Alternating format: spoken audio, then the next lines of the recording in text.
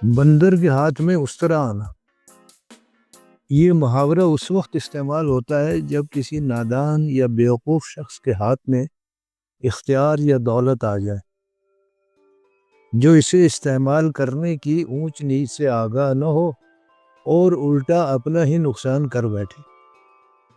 اس محاورے کے پیچھے پرانے زمانے کی ایک مقبول عام کہانی ہے جس کے مطابق ایک حجام نے درخت کے سائے میں اپنی دکان کھولی ہوئی تھی۔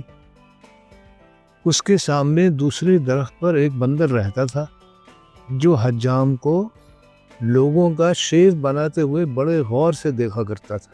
ایک دن موقع ملا تو اس نے حجام کا استرا اچک لیا اور درخت پر بیٹھ کر اپنا شیف بنانے لگا۔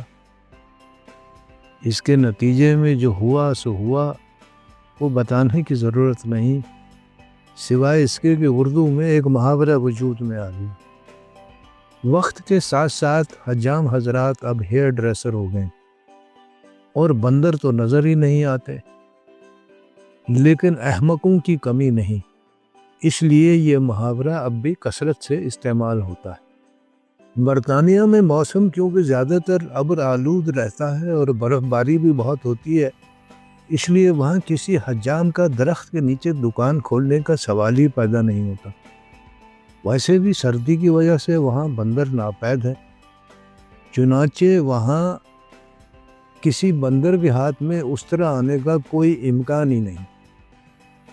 انسانوں کے رویے تو بہرحال ہر جگہ ایک سے ہی ہوتے ہیں، اور اختیار حاصل ہونے پر خود کو نقصان پہنچانے والے نادان تو وہاں بھی پائے جاتے ہیں۔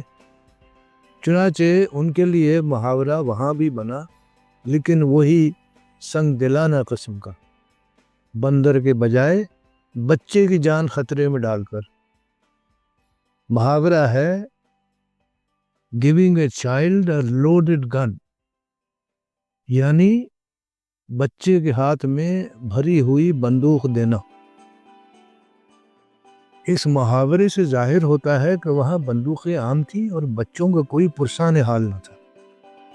وہاں بچوں کی قابل رحم حالت کی تصدیق انگریزی میں اعلیٰ درجے کے ادب سے ہوتی ہے، جس کے مطابق یہ بچے ڈیوڈ کاپرفیلڈ، اولیور ٹویسٹ اور گریٹ ایکسپیکٹیشنز جیسے کئی شہرا آفاق ناولوں کا موضوع بنے۔ یہ 100-200 سال پہلے کی بات ہے جب بچوں کے حقوق کے تحفظ کے لیے قوانین بننا شروع ہوئے، جو ہم نے بھی اگرچہ اختیار تو کر لیے ہیں، لیکن ان پر عمل درآمد اتنا ہی ہوتا ہے جتنا اردو کو سرکاری زبان بنانے کے آئینی تقاضے پر۔ نتیجہ یہ ہے کہ ہمارے بھی اسکول جانے سے محروم 2 کروڑ سے زائد بچے اتنے ہی مظلوم ہیں جتنی اردو زبان۔